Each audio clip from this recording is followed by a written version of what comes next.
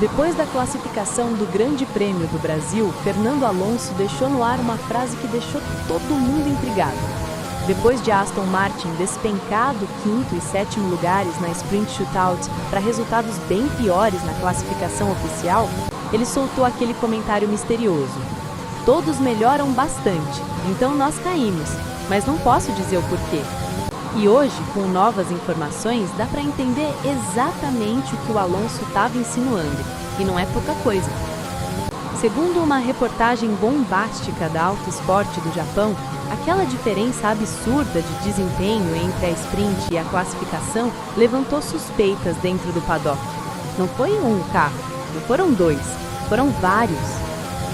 O comportamento de alguns carros chamou tanta atenção que isso levou o departamento técnico da FIA a aprofundar investigações sobre a legalidade de certas soluções aerodinâmicas, ou melhor, sobre como algumas equipes estariam usando zonas cinzentas do regulamento para ganhar desempenho extra. O ponto central da suspeita seria a forma como certos times estavam manipulando o desgaste da placa de madeira do assoalho e das placas de titânio. Pela regra, essa placa não pode desgastar mais que 1 milímetro durante a corrida, justamente para impedir que os carros rodem baixo demais e ganhem mais efeito solo do que deveriam. Acontece que a FIA descobriu dispositivos instalados em alguns carros que esquentavam de propósito as placas de titânio. O calor fazia o material se expandir, empurrando o titânio mais para baixo e mantendo a madeira protegida.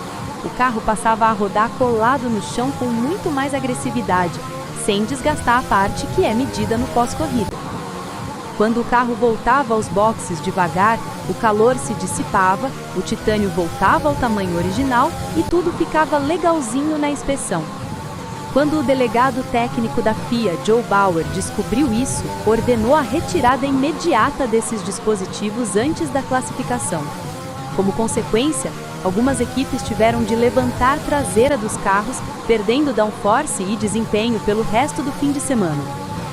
A FIA agora trabalha numa nova diretiva técnica para proibir esse tipo de truque, mas deve entrar em vigor só em 2026, já que o calendário apertado impede mudanças imediatas.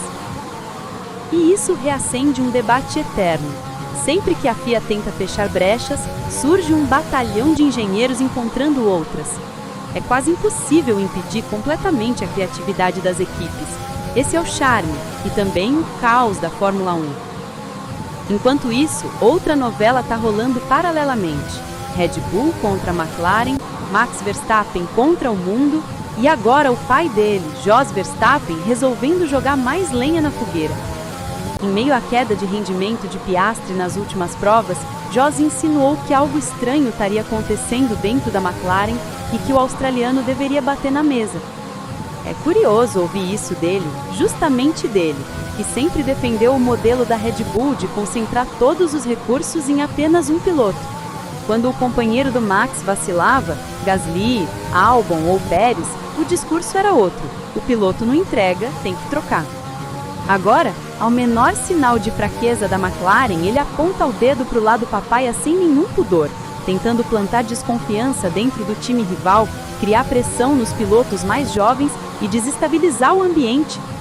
Isso não tem nada a ver com justiça esportiva ou proteger talentos, mas sim com política de bastidores, típica da Fórmula 1, especialmente do estilo Red Bull de guerra psicológica. Se ele realmente tivesse preocupado com igualdade de equipamento, teria defendido Checo Pérez da mesma forma no auge das dificuldades.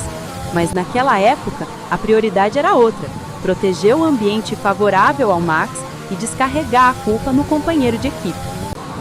Agora, com a McLaren ameaçando o campeonato, o discurso muda completamente.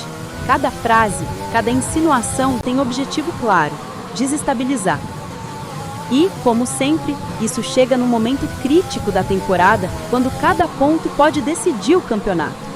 A reta final promete ser uma mistura de técnica, política e pressão psicológica. A clássica Fórmula 1 no seu estado puro. Deixem nos comentários o que vocês acham de tudo isso, se essas descobertas da FIA podem mudar os rumos do campeonato e o que pensam sobre a postura de Jos Verstappen nessa guerra mental contra a McLaren. Se puderem, deixem o like e se inscrevam para apoiar o trabalho por aqui. Valeu demais pela companhia e nos vemos no próximo vídeo. Até a próxima!